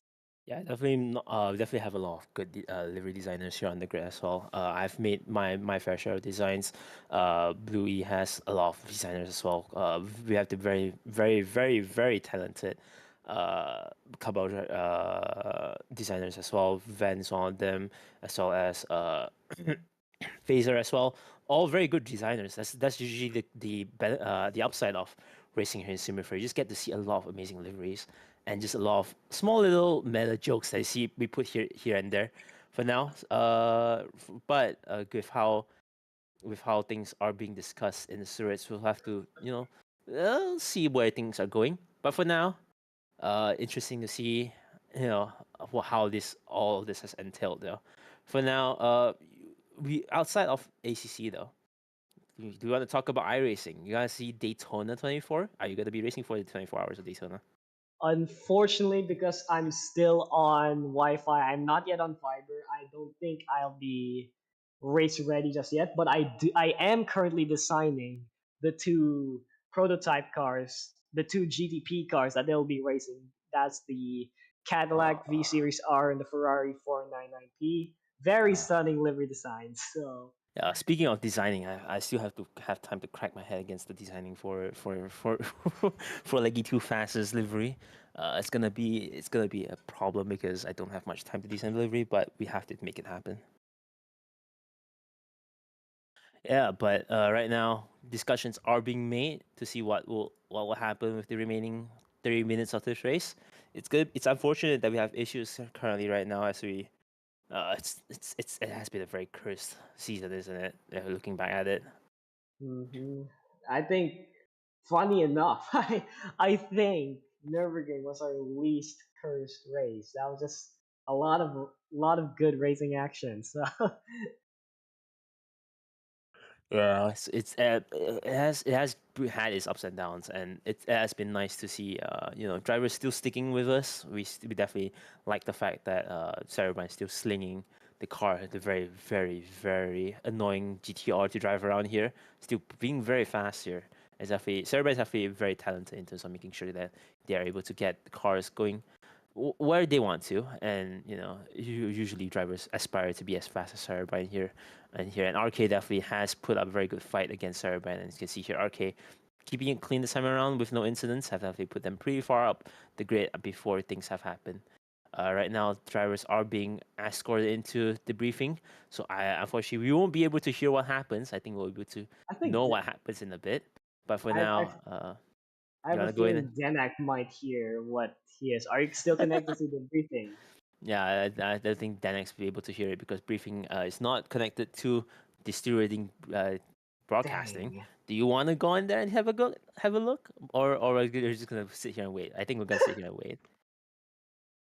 Yeah, we'll find out later. I think they'll communicate it to us one way or another. So let's just make this a cool down podcast. I a mean, race it is a commentary, sort of podcast, eh? a race commentary session turned into a podcast. I mean, it could be a podcast. Usually our commentaries usually become a podcast, regardless. But True, true. yeah, how has Blue E been working around this time around compared to for 2025? We have more races this time around 2025. Is Blue E having any plans for any sort of Mm, races that they want to join for 2025? For now, we're still focusing on operations within Simufur, and hopefully we're looking into AC Evo as well. Let's see what that sim has in store. But in terms of iRacing special events, I think I'm planning. I think I'm. I think I'm probably going to want to have the team join a few of the shorter endurance races, like the 6 hours of Glen. We were there last year, and probably the 8 hours of Fuji. Although that does depend, because I am balancing between racing under Bluey and racing under Simifur. So yeah. Yeah, we'll see how things go. But for now, for at least for me, because I am driving for Cabal in ACC and Leggy Too Fast in iRacing. Leggy Too Fast is definitely committed to joining for most of the special events. We're already practicing for the Daytona 24, but we are driving in the LMP2 class this time around. We're still not really confident in the fact that the GTPs aren't really that nice in terms of in wet weather conditions. We would rather have a more stable driving experience with the LMP2s, though the LMP2 is getting significantly nerfed this season with a power cut given to them as well as a engine limit cut. So it has been pretty alright. I'm still definitely the slowest driver amongst all of them. We have the very strong Dex here, as well as the teammate Aki, Lunar. So definitely a very strong grid to fight against. But for now, it's all about survival for Leggy Too Fast in the air racing endurance series. For Cabal though, we have a 24 hours race in Watkins Glen in a few weeks or so. So we definitely have to practice for that. It's going to be a very, very, very eventful 2025. Hopefully, everything goes well for everyone involved. Not just me, for you as well in Blue E. It is a new year. A Yeah. new year, having all the past stuff leaving behind in 2024. And make sure they have good lucks coming in for any races coming this year. Yeah, true. And while we're at it, I do want to talk about a lot of the events that are going on in Simufur later on, which includes their Le Mans Ultimate one-off event. They're testing a new sim league management page called SimGrid, and they're testing it with the sim called Le Mans Ultimate. That is the that is the official World Endurance Championship game. So we'll be racing hypercars and GT3s around Le Mans there. So and then we also brought back the time trials. So Oh a yeah, lot time of trials. a lot of Assetto Corsa mods, thanks to Azure Goat, he last a huge file. Huge is an understatement. A huge drive worth of Assetto Corsa mods. A lot of cars, a lot of tracks, and just picking out the wackiest combos out there for drivers to take on the challenge of setting the fastest lap time on their own accord. It's not a qualifying session; it's a time trial.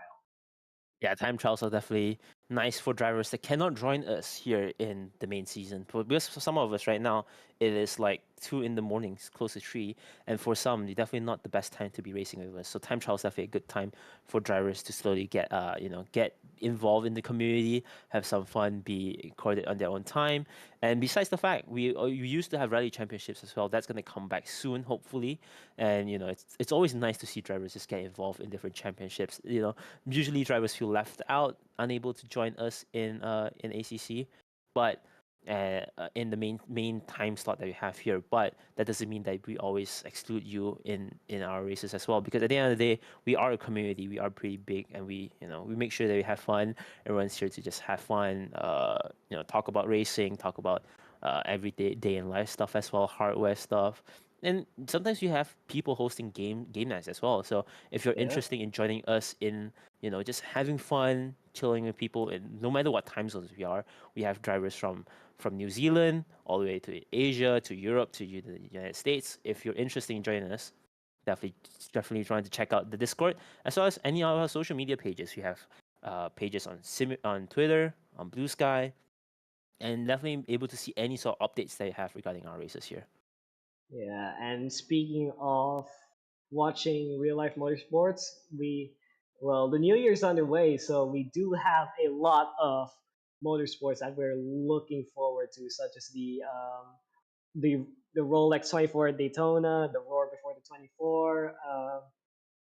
Is the Daytona 500 this month or next month? I don't know. I actually don't follow enough of the race events to know this, but usually drivers will get pinged for any sort of watch parties they have here. So definitely a very nice True. community event to have every night for drivers that just want to chillax and have fun here.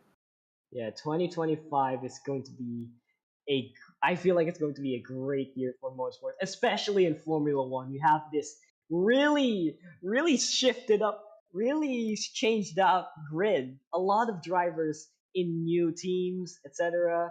We do have a new team coming in 2026 in the form of Audi, and this is the final year of the 2022 to 2025 regulations as well. So it's going to be interesting to see how these rule sets will end with a bang. Will it be great, or will it be will it be business as usual in Formula One? I hope it will be a great season to watch for sure.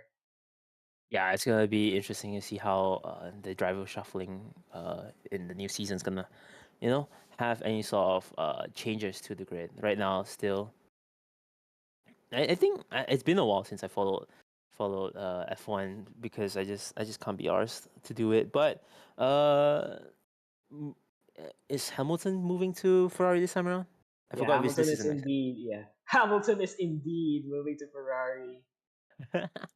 So yeah, it's gonna be interesting to see how drivers just shuffle into new cars, and maybe we'll get another max domination. But I think that Nah. that chance is slim, given that McLaren has won the Yeah. constructor championship. Yeah, with McLaren and Ferrari catching Red Bull with their pants down, I feel like it's going to be really close between those three. I mean, especially as a tifosi, I'm rooting for Ferrari this season. I feel like this year is the year for Ferrari. Yeah, it's gonna. Hopefully, we all say that it's gonna be a Ferrari year, but Ferrari has not done anything for the last few years, last decade. So, we fingers crossed that things have happened, or or we're just huffing a bunch of copium. Whatever it is, and we hope for a good race for everyone. Because it's for me at least, I thought it's not just about the racing; it's about the engineering behind it as well. And That it's is always nice to see true. how hard they push the engineering side of F1 itself. Yeah, the different interpretations of the Formula One rule sets. That's what makes that sport interesting. You see different takes on a set of rules, and these set of rules are meant to meant to find the best engineers, the best to build the best racing cars to fit in some of the best drivers. Well, there are other great drivers in other motorsports like WEC, IMSA, etc. So yeah, I definitely follow WEC and INSA more likely, more than F1. It's just more interesting to see how, uh, how oh, good the drivers are pushing it. But we do have an update. The race will be scrapped. There will be no rerun, and we will be having, I think, half points or at least reduced points or half points. That will be awarded to the drivers based on their running position before the pit window. So that's how the results will be sorted. It is half points and before the pit window, and I believe that will conclude the round in Snetterton. That is definitely not the way we want to end this race. We wanted to see drivers cross the checkered flag, but this is what we'll have. This is what we'll have to do it for now. Anyways, see you guys next week. That race will be, I assume that is, yeah, that's that is, Watkins Glen. yeah, Yeah, hopefully a more successful run this than ever. Auckland's Glen is definitely an easier track to race around, and doesn't mean that it's easy though. It's definitely wider, definitely a bit safer with a better runoff system here than anywhere. But we do have the notorious bus stop that usually has a lot of incidents happening. So it's gonna be interesting to see how drivers navigate through that part of the track. yeah, that is, yeah, Watkins Glen. I think that's going to be a home for really exciting racing. Really wonderful track for sure.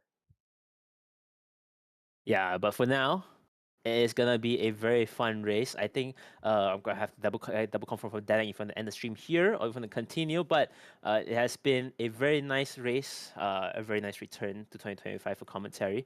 Sorry that we are a little bit rusty. Hopefully Suzuka has a very, very, very good time moving, because I'm sorry that you're having some network issues, but hopefully things get sorted Yeah. out for you. It will be a very nice run next week, hopefully. Sorry that we are having some technical difficulties this time around. It has been a very cursed season 6, but for now, it has been Newbie, Suzuka, as well as Denak in the broadcasting station. Hope you guys have a wonderful night, have a wonderful weekend, and this will be Simufur signing off for round 3. I'll get round 4 in for next week. Goodbye. Goodbye.